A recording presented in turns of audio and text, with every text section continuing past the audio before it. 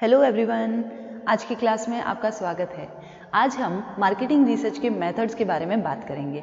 क्या marketing research के methods होते हैं, उनके एडवांटेज, डिसएडवांटेज, मेरिट, डिमेरिट्स, ये सब कुछ पढ़ने जा रहे हैं। तो चलिए सबसे पहले हम आज का टॉपिक हमारा है मेथड्स और टेक्निक्स ऑफ मार्केटिंग रिसर्च। ठीक है, चलिए इसकी तीनों टेक्निक्स, वैसे देखिए अगर जब तक हम इसकी बात करें कि मार्केटिंग रिसर्च का ऑब्जेक्ट यही होता है कि हम मार्केटिंग हमारी जो भी प्रॉब्लम्स होती है, हम उनको क्या करते हैं, एक कंक्लूजन निकालते हैं जिसके अनुसार हम अपनी जो भी टेक्निक्स है, जो भी मेथड्स है, जो भी हम बात करेंगे, वो मेथड्स को सेलेक्ट करके हम क्या कर सकते हैं, अपनी समस्याओं को सुलझा सकते हैं।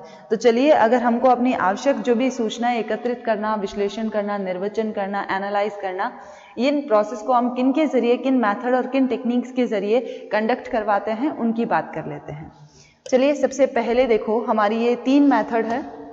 ठीक है, सबसे पहली आती है हमारी अवलोकन विधि यानी ऑब्जर्वेशन मेथड, सेकेंड आती है प्रयोगात्मक विधि यानी एक्सपेरिमेंटेशन, थर्ड आती है आपकी सर्वेक्षण विधि यानी सर्वे मेथड। ठीक है, ये 3 मेथड के ऊपर आज हम बात करने जा रहे हैं।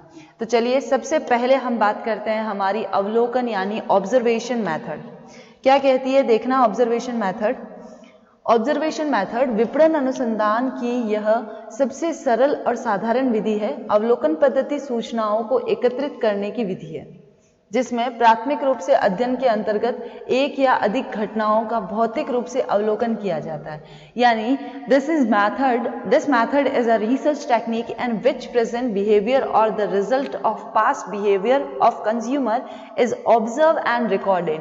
यानी हमारे कस्टमर का पहले की जो इंफॉर्मेशन है, पास्ट या प्रेजेंट के बेस पर जो रिजल्ट निकालते हैं हम अपने उनके बिहेवियर का, उसको ऑब्जर्व करना और उस ऑब्जर्वेशन से जो इंफॉर्मेशन मिलती है उसको रिकॉर्ड करना। क्लियर है यहाँ पर? ठीक है, आगे देखिए, अवलोकनकर्ता स्वयं उन पर अपना विश्वास और मत उत्पन्न करके तथ्यों का संग्रहण करता है। यानी the researcher observe the actions of the consumer rather asking them questions. ठीक है, यानी कि इसका मतलब यह है कि हमारा जो ऑब्जर्वर, जो भी हमारा रिसर्चर होता है, वो इस तरह से ऑब्जर्व करता है, अपने ऑब्जर्वेशन को एक्शन में इस तरह से लाता है कि वो कंज्यूमर को कोई भी क्वेश्चन नहीं पूछता है। यहाँ पर कंज्यूमर को एक भी क्वेश्चन नहीं पूछता है और उसके बाद भी वो डेटा को कलेक्ट कर सकता है। ठीक है, this method is most useful in observing the buying behaviour of the customers. यानी कि ये सबसे सूटेबल और सबसे यूजफुल, उपयोगी मेथड है क्योंकि यहाँ पर हम अपने कस्टमर के बाइंग बिहेवियर को ऑब्जर्व कर सकते हैं। It can also be used to determine the effectiveness of sales techniques and response of customer toward a product, utility of advertising and advertising media। यानी हम यहाँ पर बात कर सकते हैं कि एक कस्टमर अगर किसी भी तरह से कोई भी टेक्निक्स किस तरह से उस पर इफेक्ट करती है, सेल्स टेक्निक्स का क्या रिस्पांस मिलता है, कस्टमर रिस्पांस क्या करता है, किसके रिगार्डिंग, प्रोडक्ट के रिगार्डिंग, उत्पाद कैसा लगा उसको, यूटिलिटी, उपयोगिता कैसी लगी उसको, यहाँ हम लिख सकते हैं उपयोगिता। ठीक है, उपयोगिता कैसी लगी। तो ये सारी चीजें, एडवर्टाइजिंग मीडिया का क्या मतलब, कहाँ तक उसने रोल प्ले किया, ये सारी चीजें आपकी एक ऑब्जर्विंग मेथड के जरिए ही हम कर सकते हैं। तो यहाँ पर अगर हम एक जस्ट एग्जांपल ले ले कि अगर बायर को उसकी खुद का लाइक और डिसलाइक पूछने की जगह उसके जो भी बाइंग डिसीजंस होते हैं उनको अगर ऑब्जर्व किया जाए, तो अगर उनको ऑब्जर्व किया जाता है तो हम अपनी जो भी बाइंग की जो भी डिसीजंस हैं उनको चेंज करने में और उनको ऑब्जर्व करने में हमारे लिए इजी रह जाता है। क्लियर है यहाँ पर? ऑब्जर्वेशन मेथड, इन शॉर्ट हम कह सकते हैं कि ऑब्जर्वेशन मेथड एक ऐसा सिंपल सा प्रोसेस है जिसमें हम डेटा को कलेक्ट, ये भी एक मेथड तो डेटा को कलेक्ट करने का ही है। ठीक है, जिसमें सिर्फ डिफरेंस इतना है कि हम क्या करते हैं, फिजिकली उन इवेंट्स, उन इंसिडेंट पर जाकर ऑब्जर्व करते हैं जिनसे हमें डेटा कलेक्ट करना है। जस्ट लाइक दैट, जैसे सेमिनार कंडक्ट करवाया, ठीक है, जैसे एग्जाम्पल में यहां लिख देते हैं, एग्जाम्पल सेमिनार कैसे होगा देखना।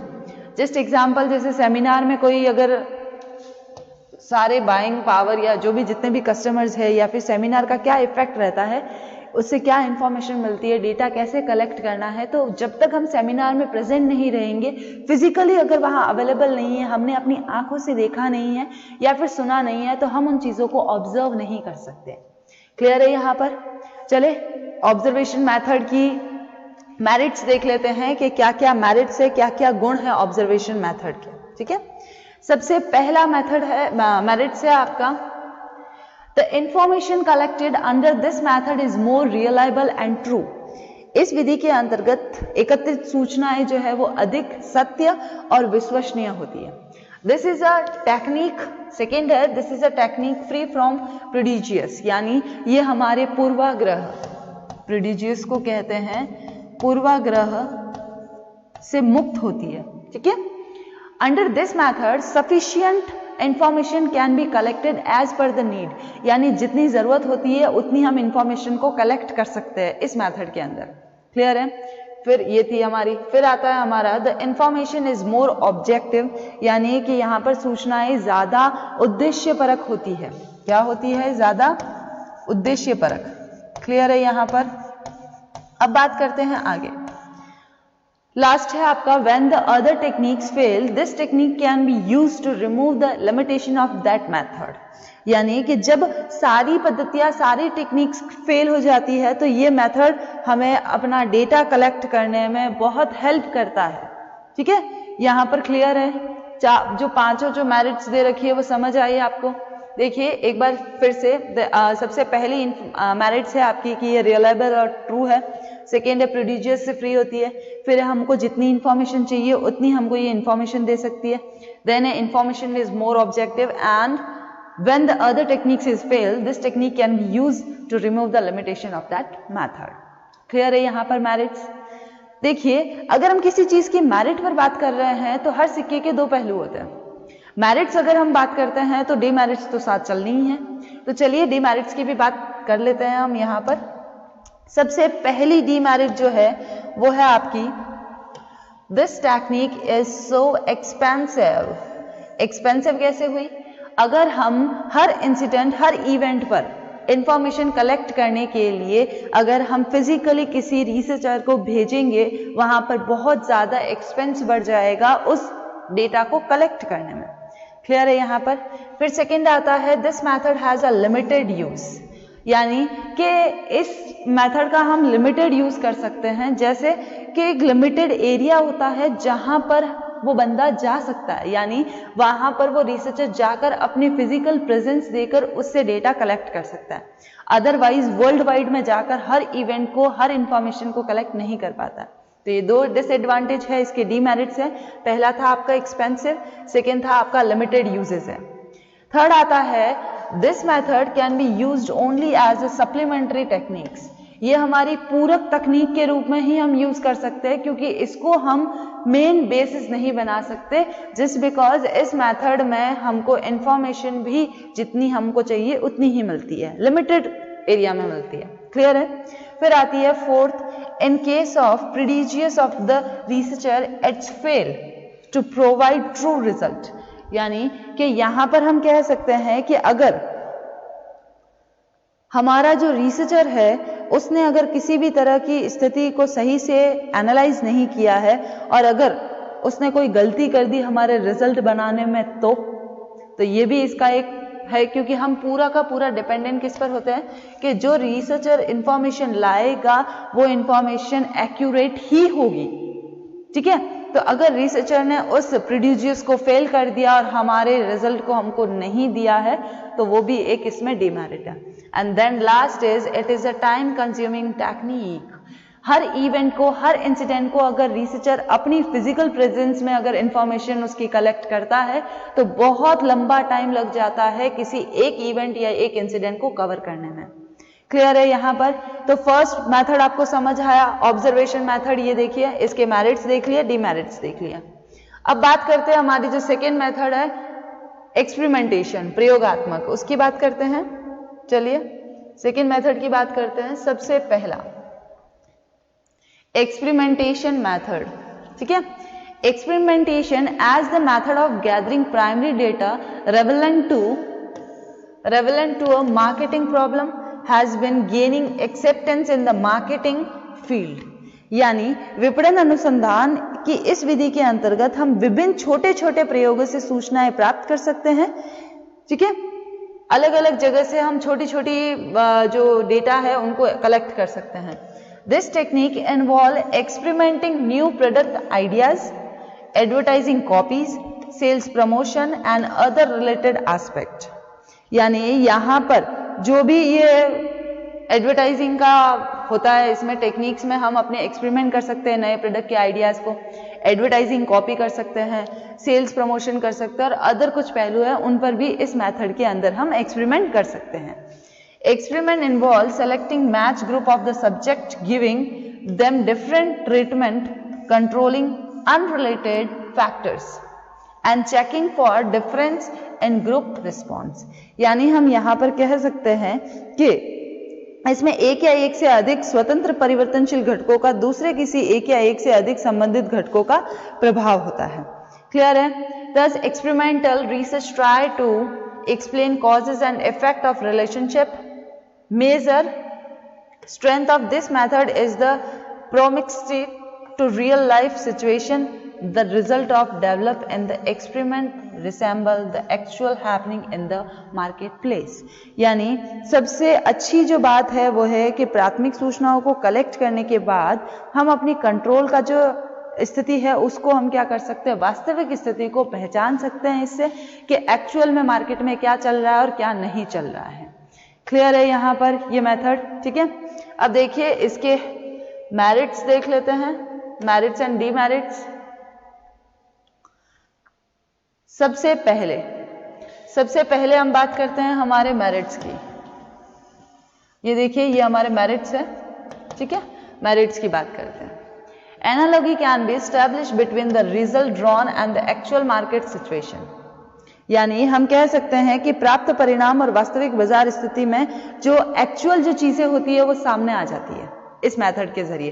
क्योंकि जो हमने एक्सपेरिमेंट, इन शॉर्ट एक्सपेरिमेंट का देखो मतलब क्या होता है कि जब हमें कोई नया प्रोडक्ट मार्केट में लॉन्च करना होता है तो हम क्या करते हैं, हम डरते हैं कि कहीं हमारा प्रोडक्ट मार्केट में चला नहीं तो उस क्वेश्चन मार्क को हटाने के लिए हमने एक टेक्निक नहीं निकाली। उसमें ये टेक्निक में था कि आप पूरे होल मार्केट में अपने प्रोडक्ट को नहीं बेचकर आप क्या करते हो, आप सिर्फ और सिर्फ जो चुनिंदा जो ग्रुप है, चुनिंदा जो लोग है या फिर शॉर्ट स्केल पर हम क्या करते हैं, अपने एक प्रोडक्ट का एक्सपेरिमेंट करते हैं। अगर उस शॉर्ट स्केल पर एक्सपेरिमेंट हो जाता है तो हम क्या करेंगे, अपने जो लार्ज स्केल जो मार्केट है उस पर भी वो एक्सपेरिमेंट कर सकते हैं। क्लियर है? सेकेंड है, this method is more practical and scientific. ये जो मैथड है वो बहुत व्यवहारिक और वैज्ञानिक भी है, क्योंकि वैज्ञानिक भी हम पहले ऐसा ही करते हैं, पहले एक्सपेरिमेंट करते हैं, अगर वो रिजल्ट सही देता है अकॉर्डिंग टू यू तो हम क्या करते हैं, हम अपना सफल परीक्षण कर सकते हैं। फर्स्ट था ये, सेकेंड था ये, थर्ड आता है हमारा this method is a capable of drawing reliable conclusion. ये मैथड जो है हमारी जो विश्वसनीय जो निष्कर्ष है उससे हमें रूबरू करवाता है। ये मैथड हमें विश्वसनीय सूचनाओं से उपलब्ध करवाता है। All type of marketing activities can be managed through this method. इस मेथड से हम ऑल जितनी भी हमारी मार्केटिंग एक्टिविटीज है उन सबको हम क्या कर सकते हैं, मैनेज कर सकते हैं। क्लियर है यहाँ पर? चलिए, तो मेरिट्स तो हो गए, अब हम बात करते हैं हमारे डीमेरिट्स की। देखिए डीमेरिट्स ये रहे हमारे। ठीक है, डीमेरिट्स में देखिए, this is so expensive method. ये हमारा ज्यादा एक्सपेंसिव है। पहले आप छोटे लेवल पर करो पूरा जो भी एक्सपेरिमेंट है वो, फिर बाद में बड़े लेवल पर करो, यानी एक्सपेंस बहुत बढ़ जाता है। फिर it is a complex and difficult method to understand. यानी एक कॉम्प्लेक्स, कठिन तरीका है समझने के लिए। इससे हर किसी को चीजें समझ नहीं आती है और जरूरी नहीं है कि जो बिजनेस करता है वो हमेशा एक किसी क्वालिफाइड पर्सन ही हो। अनक्वालिफाइड पर्सन यानी कि जिसके पास डिग्री नहीं है, वो भी, जिसको साइंस का नॉलेज नहीं है, वो भी बिजनेस कर सकता है। क्लियर है? थर्ड है, result drawn are rendered useless in the dynamic marketing environment. यानी कि इससे जो रिजल्ट मिलते हैं वो यूजलेस होते हैं मार्केटिंग में। क्यों? क्योंकि हम एक गतिशील वातावरण में, एक डायनेमिक एनवायरमेंट में रहते हैं जहां पर हर आए दिन अपने परिवर्तन देखने को मिलते हैं, तो इसलिए ये रिजल्ट थोड़ा सा यूजलेस माना जाता है। फिर आता है normal marketing organization can not afford to use this technique. जो नॉर्मल मार्केटिंग होती है, सामान्य जो ऑर्गेनाइजेशन होती है, वो इस टेक्निक को अफोर्ड नहीं कर सकते। क्लियर है? This method is not useful in the absence of expert और रिसर्चर, यानी कि ये इस मेथड का कोई यूज नहीं है जब तक एक्सपर्ट या रिसर्चर उस मेथड में नहीं होते हैं, यानी बिना एक्सपर्ट्स के ये मेथड कभी भी कंप्लीट नहीं है। क्लियर है? यहां पर समझ आई बात? ठीक है। अब नेक्स्ट मेथड की बात करते हैं। नेक्स्ट और हमारा लास्ट मेथड सर्वे मेथड। देखिए सर्वे मेथड क्या होता है। सर्वे मेथड जो है वो आपका एक सर्वे करवाना जैसे हो गया। जैसे survey are the most common mean of the gathering primary marketing information. सर्वेक्षण विधि से आशय क्या है कि अगर इसका सबसे कॉमन मीन ये है कि आप प्राथमिक अपनी इंफॉर्मेशन को कलेक्ट कर सकते हो। It consists of gathering data by the interviewing a limited number of the people selected from a large group called population or universe। यानी हम सर्वेक्षण मेथड में जो भी इंफॉर्मेटर होते हैं वो हमारे बड़े समूह में से कुछ व्यक्तियों का चयन करते हैं, यानी हमारे जो नंबर ऑफ ग्रुप है, जो भी लिमिटेड नंबर ऑफ पीपल है, हम उनको कहां से सेलेक्ट करते हैं? लार्ज ग्रुप से। ठीक है। और जो सूचनाएं होती है, यानी survey method is the approach best suited for gathering descriptive information, यानी कि हमें अगर जो भी इंफॉर्मेशन है वो डिस्क्रिप्टिव इंफॉर्मेशन चाहिए तो उसके लिए भी ज्यादा सूटेबल है। A company that wants to know about the customers knowledge, attitude, preference and buying behaviour often can find out by question asking them directly. अगर हम कंपनी चाहती है कि कंपनी जानना चाहती है कि कस्टमर का नॉलेज क्या है हमारे प्रोडक्ट के रिगार्डिंग, कस्टमर का एटीट्यूड क्या है, कस्टमर के बाइंग बिहेवियर क्या है, या फिर उसकी प्रेफरेंस क्या है, तो वो सब जानने के लिए क्या करती है? उससे क्वेश्चन पूछती है। क्लियर है यहाँ पर? अब देखो इसकी कुछ टेक्निक्स है कि कैसे ये करती है। सबसे पहला है आपका पर्सनल इंटरव्यू सर्वे, यानी under this survey technique the investigator contact the response personally and ask question and record his answer in face to face situation। यानी जो हमारा इन्वेस्टिगेटर होता है वो जो भी बंदा आता है इंटरव्यू देने के लिए तो उससे face to face question answer पूछता है और रिकॉर्ड करता है ताकि वो हमें हेल्प कर सके। A questionnaires is used for this purpose। हम क्वेश्चनरीज जो प्रश्नावली तैयार करते हैं उसका भी हम, जैसे प्रश्नावली जो तैयार करते हैं ना जिसमें बहुत सारे क्वेश्चंस लिखते हैं, तो हम उनका भी यहाँ यूज कर सकते हैं। The success of this technique depends on the quality and efficiency of the interview। ये जो मेथड है पर्सनल इंटरव्यू सर्वे, इस टेक्निक में डिपेंड करता है सक्सेस हमारा इंटरव्यूअर यानी साक्षात्कारकर्ता पर डिपेंड करता है कि वो कितनी क्वालिटी और कितनी एफिशिएंसी से क्वेश्चन आंसर पूछता है। क्लियर है? पर्सनल इंटरव्यू सर्वे कि हम व्यक्तिगत भी कर सकते हैं। क्लियर है यहाँ पर? अब बात करते हैं the telephone survey. Under this method interviewer doesn't meet the respond in the face to face situation but the communicate through the telephone। इसमें face to face नहीं मिलते हैं पर communicate कर सकते हैं टेलीफोन के through. This method is employed where the information sought is limited। जहां पर ये वहीं पर टेक्निक यूज की जाती है जहां पर इंफॉर्मेशन लिमिटेड मात्रा में हो। ठीक है। This is use mostly in urban area while telephone facility are easily available. ये सबसे ज्यादा कहाँ यूज की जाती है? अर्बन एरिया में, क्योंकि वहां पर हमें टेलीफोन की फैसिलिटी इजीली अवेलेबल हो जाती है।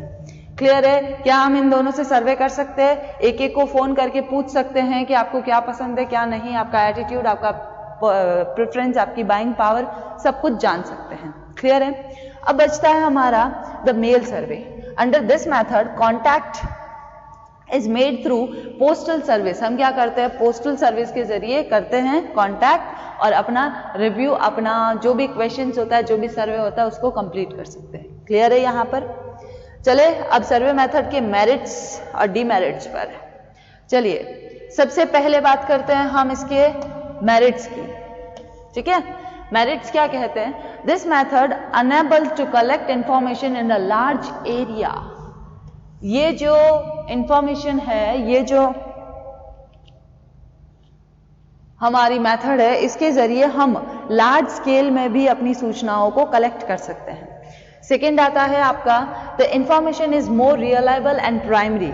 सूचनाएं प्राथमिक और विश्वसनीय होती है इसमें।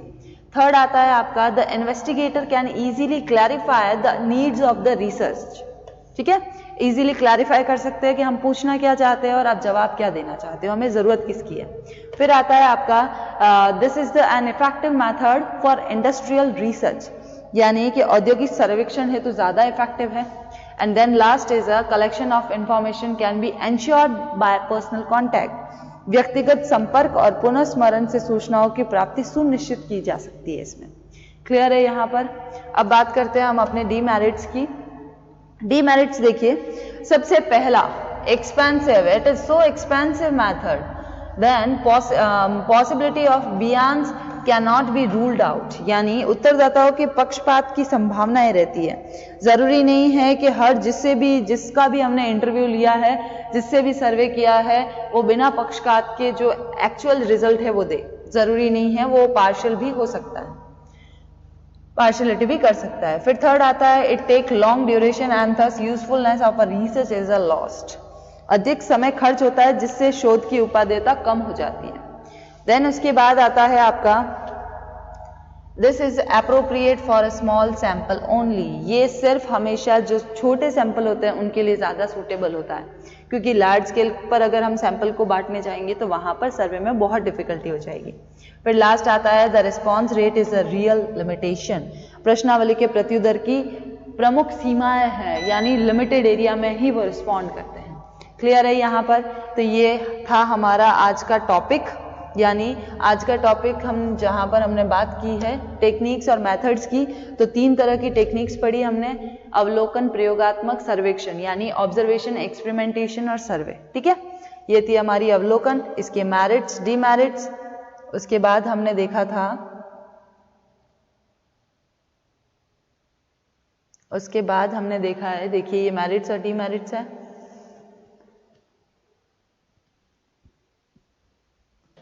उसके बाद देखिए ये हमारा एक्सपेरिमेंटल मेथड, ठीक है, फिर सर्वे मेथड, ठीक है। इस तरीके से हमारे इसके मेरिट्स और डीमेरिट्स थे। क्लियर है? तो आज की क्लास हम यहीं खत्म करते हैं और आज का हमारा जो मार्केटिंग रिसर्च का टॉपिक था वो यहीं खत्म करते हैं। थैंक यू आज की क्लास के लिए।